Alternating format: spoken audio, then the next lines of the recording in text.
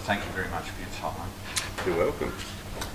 The other night I was fortunate enough to see you present your Sacred Knowledge energy tools. Would you like to tell my audience, our audience, a little bit about what you're doing? Yeah, well, we started off, I guess, some years ago now, but 211, 212, where we sort of fell down the rabbit hole a bit.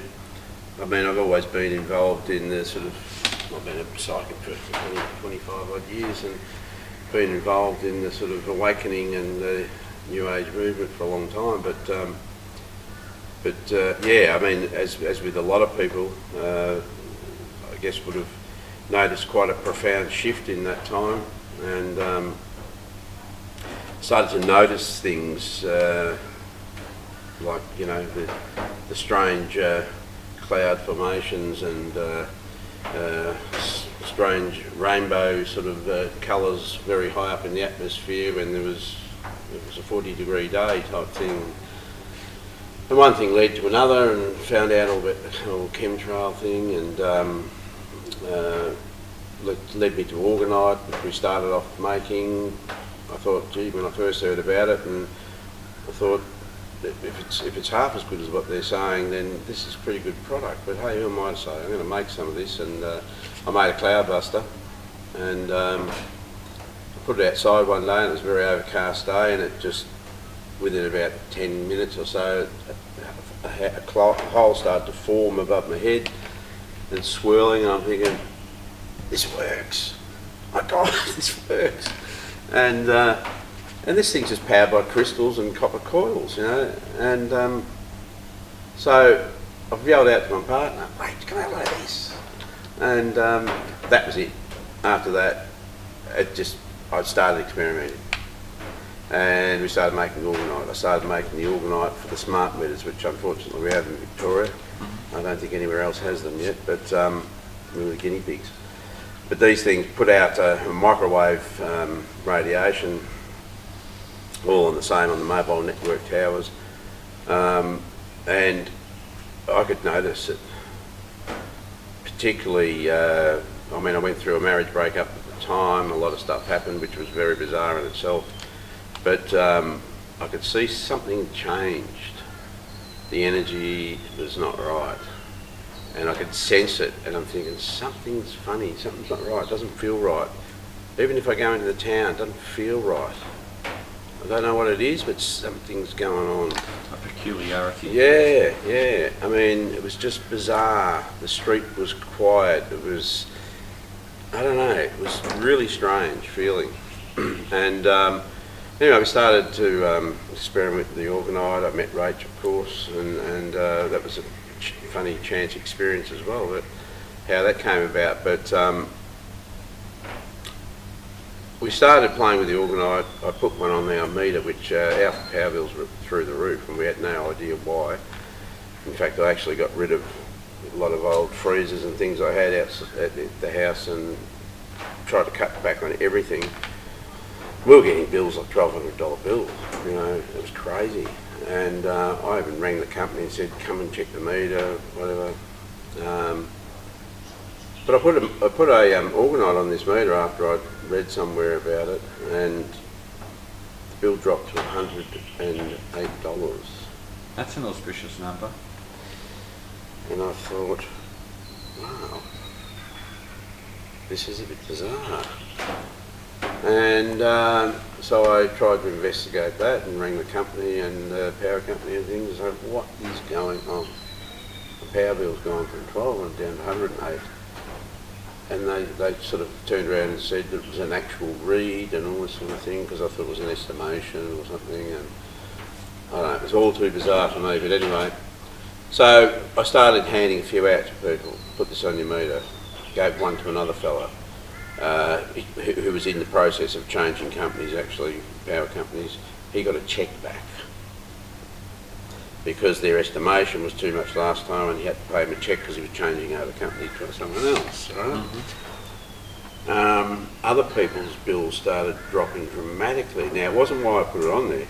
I put it on there to stop the radiation fields. But the power bills were dropping. Anyway, this fellow I was talking about came around one day and who got the cheque back, and he brought a mate with him, and I was sitting there chatting, and I was talking about the organiser, and I said, look at my bill. Like went from this to $108. And, and his mates sort of ears pricked up, and I said, I don't know how it works, but I said I did read that it transmutes the dirty energy back into usable energy or something. That's what I was figuring. Yeah, and anyway, but I didn't understand what dirty energy was, and anyway, this fella's mate pikes up and says, I'm an electrician. Is this all based on the Tesla stuff? I said, you know about Tesla? He goes, yeah, I'm an electrician. He said, we learn all this stuff at school. I said, well, you might be able to tell me what this dirty energy. And he said, yeah, it's the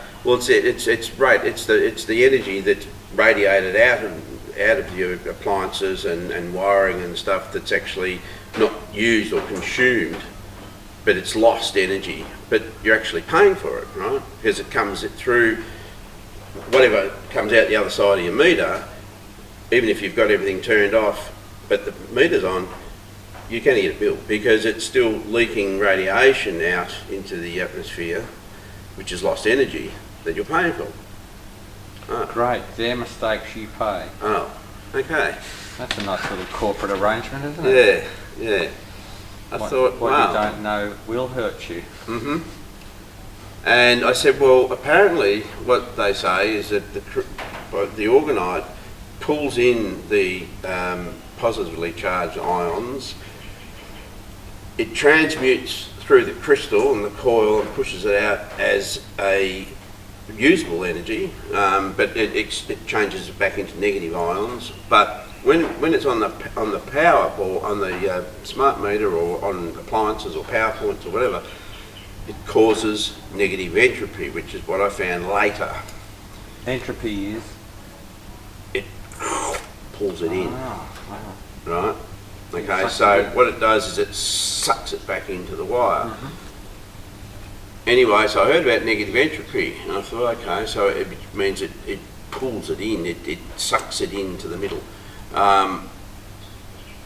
Then I was playing with some orgonite pendants one day, something sort of similar to this, but it had resin in here and fine metal filings, brass filings and stuff. And when I put the resin in the middle of the tensor ring, which creates a field and causes sort of a bubble effect in the middle, actually, when you have a look through one. When I put the filings in the resin, it all went, and I'm stirring it up, trying to spread it out, and it's sort of pulling to the middle.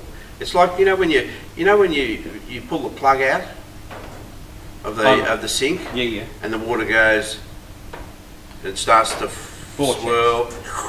Yes, goes Vortex.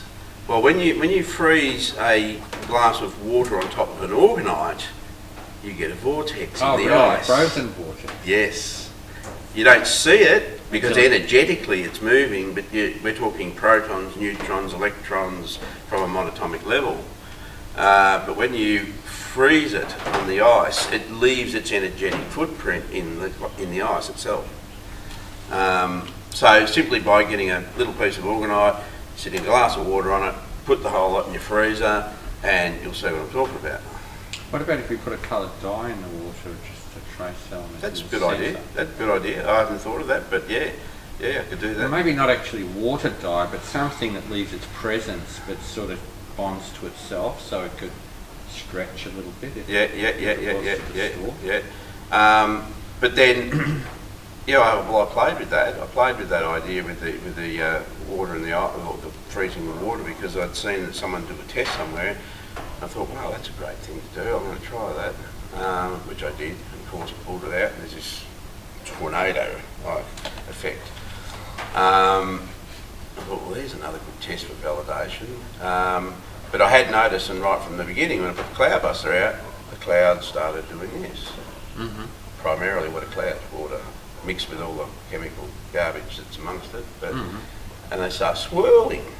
And if you get a cloud buster coming over the top of a harmonizer or a cloud coming over the top of a harmoniser or a cloud buster or orgonite, you'll see the whole cloud starts to turn, starts creating that vortex. The difference with the ring, they both primarily do a similar job, the orgonite and the tensor rings, but with the ring, creates a torus effect, torus field. One only torus or the inverted torus? One rough opposite? It doesn't have to be answered. I'm just looking into this stuff at the moment. So give me the action of the inverted and well, technically speaking, if you're looking at a torus donut, especially the ones that roll in on themselves, it has the 7 colours of the rainbow. Yeah. So you're either dragging the rainbow through or you're pushing the rainbow out, right? So it rolls on itself. Well, what happens, I can tell you what happens in the ice when you put the double donut, just to share with you, at the moment it's only a computer graphic. Right. It's doing the same thing. It's got a pole or a centre pivot, and they're doing it onto it from an underneath. And so it's going from underneath that way and that way, yeah? I think they're coming from the plane from the plane into, I'm not sure. Okay, and they could be then counter-rotating. In and in. So that sounds very much like what they call a bitoroidal induction field. That's what it is. Good. Well then, this wouldn't be, well, I guess in a sense then this wouldn't be bitoroidal in that sense. Doesn't matter. Because the way this works when you put the ice under it, but I don't recommend anyone does this with a glass because it's going to break it. Okay? And I've been through about 4 or 5 and I'm not allowed to do any more.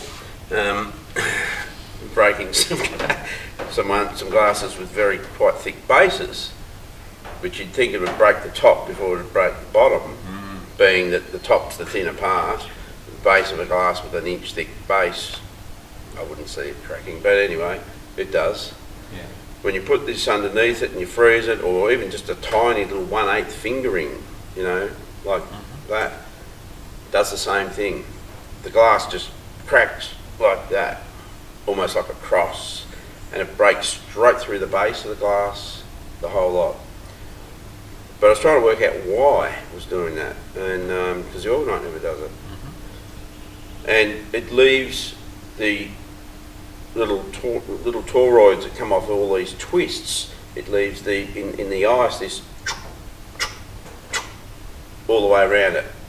You can see the pattern in the ice. So where it's been spinning that way in these little like toroid type fractures, and then it pushes the ice upwards, and you have this hump comes out the top of the glass. So the ice has actually come up like a hump out the top of the glass, okay, protruding the top of the glass. So it's pushing upwards and sucking in from the bottom, pushing upwards and sucking in from the bottom. You with me? I do exactly understand. I'm pretty sure that's the way, although the ring does produce a harmonic frequency of light. It pushes energy out that way and it pushes energy out that way. So it could be that it pushes both ways and I can't see it in the ice. It could possibly be. That could be the case. And the reason I say that is because I tried a way of getting around the breaking of the ice thing, and I thought I'm going to put it in a plastic cup. So I did that, and it pushed the whole ice block that far over the top, and there was a centimetre of gap of air under the ice at the bottom of the cup. We need to do some time lapse on this as it freezes. Yeah, that'd be awesome. Right. That'd be awesome. Yeah, that'd be absolutely awesome. I don't know how you'd do it. You have to get an industrial freezer or something. But yeah, so I've played with that and had some quite amazing experiences. Another good one for people is a test where they can put an ice cube tray in the freezer, stick a piece of orgonite on the top of the shelf, or the shelf above it, and it pulls the water on a, sort of in the ice cube trays. The little cubes are all on like a 45-degree angle. Is that angle adjusting with each set of cubes, or ice cubes? Is that ever so Possibly. small? I haven't looked that closely, but Okay. I have got photos of it. I haven't actually looked that close to it, but what happens is it pulls up these like stalactite, these icicles upwards, like this, out of the tray towards the organoid. So it's sucking upwards. Yeah. So it's amazing. We got a little bit off track there, but essentially what you were saying, if I might just refer back to it, is this is interfering, or actually, let's say a different way. The devices you're creating are harmonising with the energetic earth fields Yep. and purifying not only pollution but electromagnetic Exactly. background radiation, Yep. smog, Magnetic. dirty magnetic electricity, fields. Yep. etc. Yep. Yep. And how long have you been doing this? Well, essentially we started back in, well, I suppose at the beginning you of said- 2012. Right, okay, so you really jumped in at yeah. that particular juncture. Yeah, yeah. But had you read Tesla before that? No, Interesting. no. Was there any key event, Rod, that you remember that made the whole thing just sort of just click together? I had that experience, yeah. I'm not sure now whether that was in 212 or 213, but I doesn't just, matter. one day I just sat there and all of a sudden I just went, boom, and I've gone, shit, I just got it. I just got it, right? It's like every piece of the jigsaw puzzle finally came together and went click. I had part of the picture here and the picture there and the picture there, and it all just came together and it just went boom. And it was this feeling that you can't really describe. It was a lot like an enlightenment, like a... But along with the enlightenment, did you feel any sensations like your hair standing on end? Oh, hell so yeah. that's static. Oh, yeah, yeah, obviously yeah. that's Oh, static. yeah. That's yeah. a symptom of bliss Yeah, as well. yeah.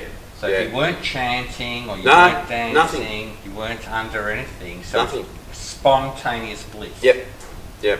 Thank you for clarifying that. Why is that? It's an interesting question. I'm an interesting question. Yes, I'm saying that a bit there too. Yeah, so yes, I absolutely had that experience. Yeah, absolutely. Yeah, it was like just this euphoric feeling just hit me, and all, like you say, the hair stand up, and it's just like, oh my god. Reason for being. Yeah, absolutely. My special person. I mean, look, it all started with me a long time ago with the first marriage breakdown. I was about 26 at the time, and I had an amazing experience there. I got hit by this sort of ball of light, went through the third eye, straight through, out my hands, out my feet, and it took my breath away, you know. It was just like an electrical charge went Where through did that me. occur? That occurred back in... No, where? Where? At home. I was lying in bed, and I'm thinking, why am I going through all this? Oh, What's right. happening? You're getting to the point of emotional demand. Getting into where that the universe has to respond to into the stage of the hermit cycle, where you're feeling very, I guess, abandoned and feeling like there's nowhere to find the answers, and it's when you start sort of calling out for help, I guess, from a spiritual sense, and that's when that sort of that moment of, I guess, someone turns a light bulb, boom, happens, and quite often some sort of an awakening or spiritual interaction can take place. Well, enlightenment doesn't just mean the light's gone on. If you No. listen to the term itself, it No, actually that's right. means heaviness is being removed. Absolutely. We're enlightened as well from the load. Yeah, yeah.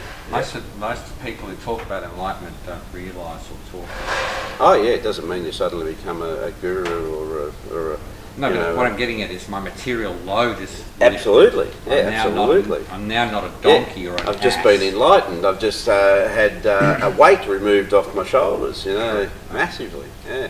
But anyway, that experience happened, and I sent me on a bit of a quest. Went and stayed with a mate in Western Australia for a week or so, and sat there reading a paper. Saw this ad for a psychic, and thought, I'm going to try that. And I didn't know what to expect, and I thought it was all sort of a bit of hogwash. And even though I'd been brought up with it, but as you grow up and go through school and whatever, you start to lose that. As you start to become programmed and processed. But yeah, I guess I was being pulled back in and sort of time to wake up and see the truth. So I went and had this reading, and this guy blew me away and told me I was meant to be doing this work. I said, no, not me. I said, my mum, yeah, my great grandmother used to do it, and always had lots of people in the family. But I said, no, not me. He said, no, you're supposed to be doing it. Went and saw another lady, and she was a channeler. She took me back through that same experience, almost like a guided meditation or hypnosis, or and brought that same, to a lesser degree, but it was still sort of a relive that experience. She said, you were chosen. I said, well, you were chosen. You've been chosen to help guide the people. Mm-hmm. What's this woman on about? I'm thinking, right? Anyway, that stuck with me. And the other guy told me, no, you've been chosen to do this work. And I thought, what the hell are they saying? Mm. Anyway, I left Perth, and I went on to do a Reiki course. Mm-hmm. I found myself at this. Then I found myself at a spiritualist church asking. Oh no, actually, I went to a little expo up in the Dandenongs one time. She wrote. I had a guide drawing done, which she. Whereabouts? Linda or somewhere up that way. Oh, okay. Yeah. Wasn't Upway? Where? Upway. Could have been. It could have been. A place called Magpie House or something like that. A yoga studio, or was it just a private? No, it was done sort of out on in the street on the park. Oh, in okay. The park, yeah. And this lady did my guide drawing, and anyway, and wrote his name on it. His name was Ramshaw, and my name is Bradshaw. And I've gone, what the hell? I could see the similarity there, you know. She said, no, you're going to be meeting a lady. She's going to be teaching you and all this. And a week later, I found myself at the spiritualist church in Latrobe Valley. I got chosen from one of the meetings on stage, did a reading on me, which made sense and everything else. And then at the end of it, they said, anyone who's interested in the development classes can come and see me after it, and or meditation classes. So I wandered up after the session was over, and the minister there, Bobby we called her, Isabel Pratt, said, oh, I've been waiting for you too. Oh, this was back when I was with my next ex-wife now, but I've met her by this stage, but I've been waiting for you two. I said, oh, did that lady tell you we were coming? And she laughed, and she's looked at me and says, what lady? They told me. Yeah. This is getting out of control. This is getting bloody weird.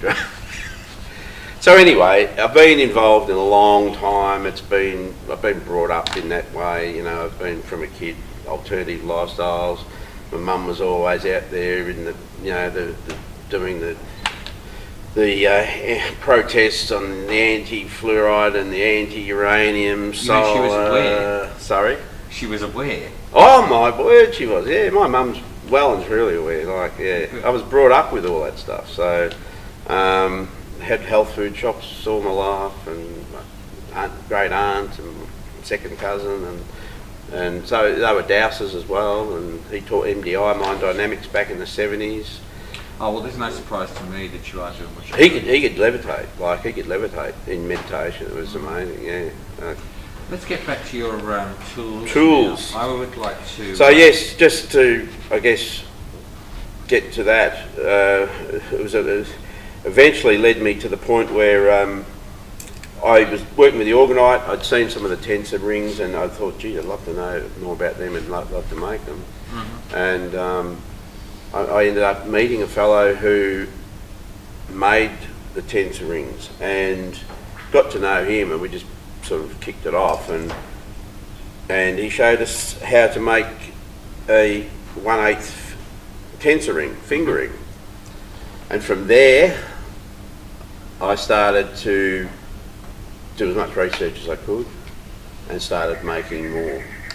And that started the whole quest. And so this is your basic one, the double ring. just a single twisted ring. This one's actually a Teotihuacan, which is this is a 1/4 of a Teotihuacan cubit, or so what's a Teotihuacan cubit? Teotihuacan, which is the measurement that comes from the pyramids of Mexico, the cubit measurement of the pyramids of Mexico. So, and the Teotihuacan, which is the main pyramid of the sun, which is based in Mexico. And Brian Besco was the fellow that discovered this one back in 2014. And when they first discovered it and they tried it as a tensor ring, didn't have a field. It took them 3 weeks to pull it down onto this plane by lots of work with his sister, who's an extremely good medium, and she works with these elders, as in on a higher plane, elders, I can't remember what she calls them, elders 3 or something like that. But they actually had to pull it down from the etheric templates into this existence, and that took some time, and they announced a date that it was going to be active, which was the 21st of the 9th, 2014, and anyone who had basically created this ring, I think from memory, it just activated. And primarily to that, they needed to do some work, as in to go back into the heart space. You can't. This one's a different ring. It's quite a different ring. It's a very etheric ring. You can't just get that measurement, make it. Yeah, it will work to some extent, but it won't have its full properties. In imperial and/or metric, what length is a Teotihuacan? 105.94 feet. 105.94 centimetres. Okay, 1.0594 metres. 105. Yeah, 1 point. Yes, that's right. Yeah. Thank you. Now, what I want to say is, so have you come across where people put paramagnetic sands in geometries and affect the weather like that? Have you ever come across Dan Winter's friend Bill Witherspoon, who put the Sri Yantra in the desert in America? I haven't, but I know of other similar things. Yeah. Okay. Like even going back into creating medicine wheels out of quartz, and this is something I've come across recently. Medicine wheels out of quartz, doesn't have to be any quartz, but it will do. But as long as it's a medicine wheel that lines up perfectly with north, east, west, south, and all of a sudden the sky will start to clear, planes, the choppers come in. So, you mentioned another cubit. What's the other cubit as opposed to the Teotihuacan? The Egyptian royal cubit. Yeah, that one. That one was brought out by Slim Sperling. That was the first one that he discovered. Can't tell you off the top of my head. But it's roughly... it's roughly 21 point something inches. And then there's the sacred, which quite often the two are confused. And I think they might have done that purposely to keep their measures a bit sort of private. But that was about 25 point something inches. In fact, one third of that one actually produces the sine wave frequency of the hydrogen atom. Okay. The 144, not this one, sorry. This is a royal cubit, a royal Egyptian royal. This is in a BTS, meaning it's been flattened, which changes directional flow of it. Okay. It's more the healer's ring, so people who do Reiki or energy workers, when they wear this, it increases the energy flow up to 600 times. So that they're producing, so it's quite a massive increase. And that's coming from Slim himself. he actually stated that in his book, and I've certainly I can't give you a figure onto how much it is, but he had people with, basically everything Slim did was he scientifically tested to the best of his ability. They couldn't come up with a scientific answer for everything, because a lot of it was like, this defies our books of physics, we may as well throw them out the window, but hey, it works. We know it works, but science is yet to discover.